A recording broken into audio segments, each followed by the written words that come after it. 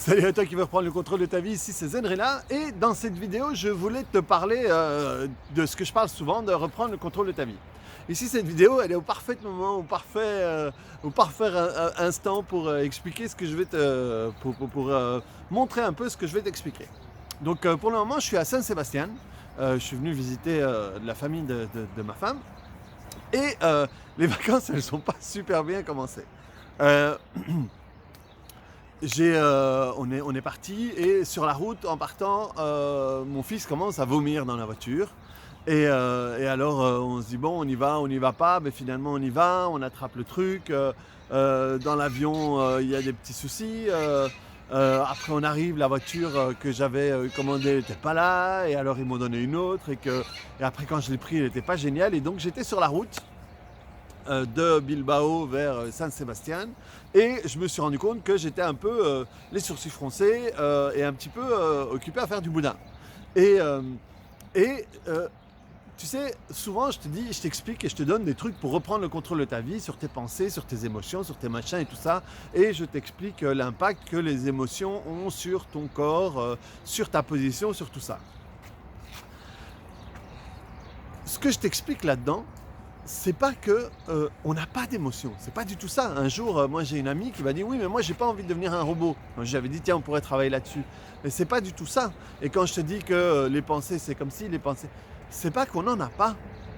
C'est pas que moi je suis jamais de mauvaise humeur, parce que quand vous voyez mes vidéos, vous pensez peut-être que moi je suis un bonze ou comment est-ce qu'on dit, un Bouddha à cause de la forme.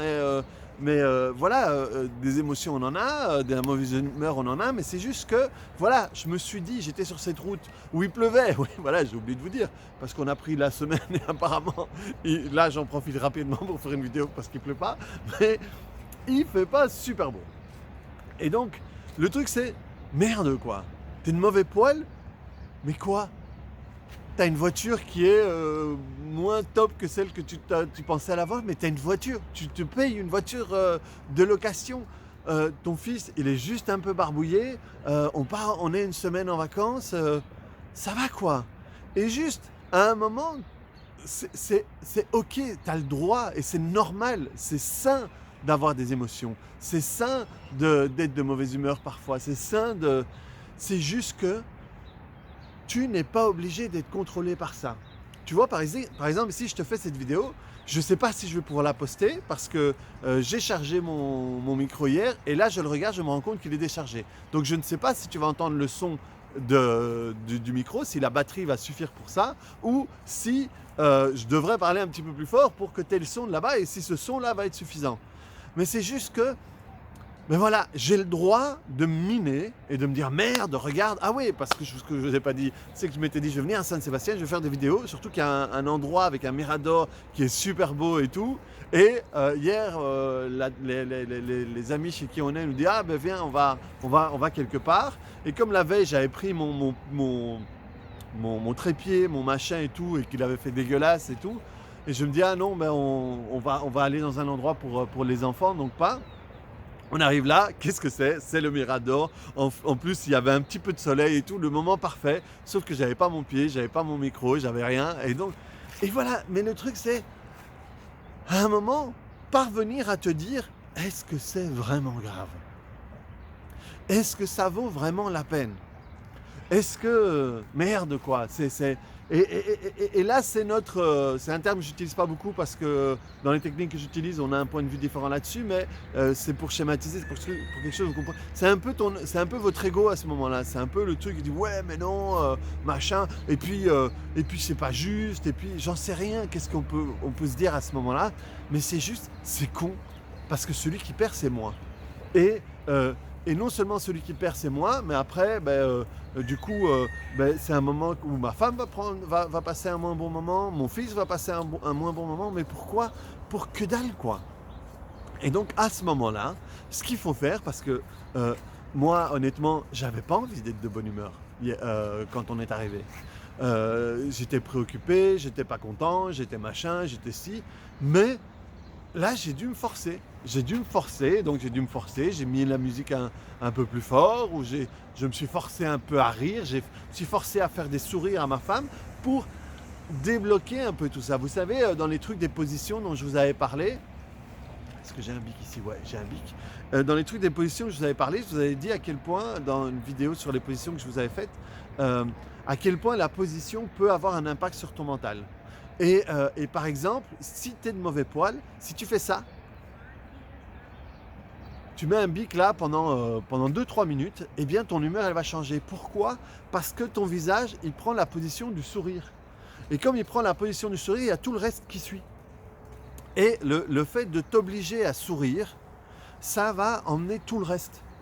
Et donc voilà, j'ai mis la musique un peu plus fort, j'ai fait 2-3 blagues un peu en me forçant, mais pour changer d'état d'esprit. Tu sais, parce que dans ce moment-là, tu es dans une transe. Tu es dans la transe de la mauvaise humeur. Et m'obliger à faire des blagues, m'obliger à penser à autre chose, m'obliger à dire « Ah ben regarde, c'est beau » et à parler d'un truc rien à voir avec ma femme, qu'est-ce que je fais à ce moment-là? Je défractionne. Je sors de cet état de transe de mauvais poil. Et pour m'offrir la possibilité d'avoir une autre transe qui sera beaucoup plus agréable pour moi et pour les gens que j'aime. Parce que cette mauvaise humeur, c'est pas seulement moi que ça impacte, c'est eux aussi. Donc voilà, ça c'est une manière de reprendre le contrôle de ta vie. La première étape, c'est de te rendre compte, ok, je suis en train de faire du boudin, je suis en train de ci, je suis en train de ça, et honnêtement, et quand tu commences à te poser la question, est-ce que ça en vaut vraiment la peine? Mais tu te rends compte que il y a très peu de cas où, je vérifie si mon sac à dos était toujours là, il y a très peu de cas où tu te rends compte que ça en vaut vraiment la peine. Et même quand, entre guillemets, ça en vaudrait la peine, ben, tu as le droit quand même de ne pas le faire. Et parce que sinon, ça peut impliquer tout un tas de trucs. Parce que si tu es de mauvaise humeur et qu'il t'arrive et qu'il y a un petit truc en plus, tu vas dire « Ah, tu vois ?» et à ce moment-là, tu alimentes ton feu de tous ces morceaux de bois pourris. Tandis que si tu décides « Ben non, je vais décider d'être de bonne humeur quand même », et que tu trouves un morceau de bois de bonne humeur, ben tu vas l'utiliser. Ah ben tu vois, finalement ça c'est bien parce que si, parce que ça. Et hop, tu t'alimentes de machin. Parce que voilà, j'ai été chercher cette voiture, c'est celle que je voulais pas, donc ils me disaient ah ben choisissez une. Et comme j'étais pas content parce qu'en plus l'endroit de location n'était pas dans l'aéroport, mais donc on a dû prendre un shuttle, un bus qu'on a dû attendre avec mon fils qui était malade et tout. Et moi je leur ai dit, j'étais pas content parce que c'était pas écrit machin et tout. Et alors ils me disent de choisir une voiture, comme on n'a pas celle que vous voulez, choisissez. Et je choisis. Et comme j'étais dans une humeur de merde, ben j'ai choisi, je pense sans doute la plus mauvaise bagnole quoi. Où elle est bien, elle est propre, elle est machin, mais on dirait une bagnole des années 90, des années 90. Et je ne trouvais pas le Bluetooth pour mettre une histoire à mon fils. Et juste, ça c'est le truc de, tu trouves pas un truc, et ça y est, et machin, et truc. Et là tu te rends compte que tu bouffes de la merde. Et tu essayes de trouver n'importe quel bois pourri pour alimenter ton feu de merde. Et ça c'est pas cool pour toi, mais c'est pas cool pour les gens qui sont avec toi non plus. Donc voilà, reprends le contrôle de ta vie par rapport à tout ça, rends-toi compte. Et c'est génial aussi quand tu te rends compte que tu parviens à changer d'humeur. Et on le fait tous, on peut tous être de bonne humeur et à un moment partir dans la mauvaise humeur super vite. On l'a tous déjà fait. Mais c'est génial quand tu te rends compte que, ok, je suis de mauvaise humeur et je ne veux plus. C'est pas ce que je veux, c'est pas la journée que je veux, c'est pas la vie que je veux. Et tu parviens de bonne humeur après. Tu te rends compte que tu as le contrôle, c'est ça qui est génial, c'est ça que je vous explique à longueur de vidéo.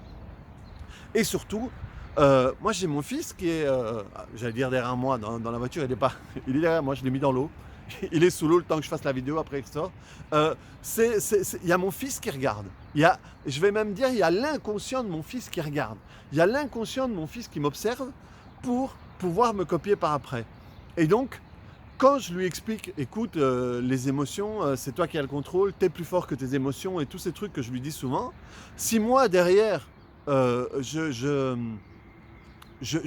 montre pas l'exemple, ça sert à rien parce qu'il va faire comme moi. Non seulement il va faire comme moi, mais en plus, si je suis pas conséquent, lui sera pas conséquent après. Donc, ça c'est deux types de leviers. Mon premier levier, c'est moi à travers moi à travers mon miroir. Est-ce que j'ai envie d'être conséquent? Est-ce que j'ai envie de donner le change par rapport à ce que je raconte? Ou parce que, de nouveau, entre moi et moi, ça veut dire si je suis pas conséquent, ben, je vais me rendre compte, même inconsciemment, que ben, des fois, je dis peut-être pas la vérité, ou si je raconte... Moi, je vois des amis, ou je vois des gens que je connais, qui racontent des trucs qui suivent pas. Et c'est pas ça que j'ai envie d'être. Et donc, moi, j'ai besoin d'être conséquent pour moi en premier. Et ensuite, en deuxième, pour mon fils. Pour lui montrer l'exemple et pour que son inconscient puisse pêcher dans mon panier à comportement, hein, des trucs qui soient corrects pour lui. Le panier à comportement, je vous invite une vieille vidéo que j'ai faite où quand on est parent, on est un panier à comportement dans lequel nos enfants vont venir piocher. Et quand ils vont venir piocher, ils vont pouvoir s'associer ou se mettre en opposition par rapport à ce qu'ils vont piocher dans le panier. Et donc le truc c'est que s'il n'y a que des bons aliments ou le plus de bons aliments possible dans le panier, eh bien ils auront le choix entre du bon, du moyen et rarement du moins bon. Mais s'il n'y a que de la merde, mais forcément ils auront le choix entre de la merde et de la merde. Donc voilà, moi je le fais pour moi dans un premier temps et dans un deuxième temps pour être un bon panier à comportement à mon fils.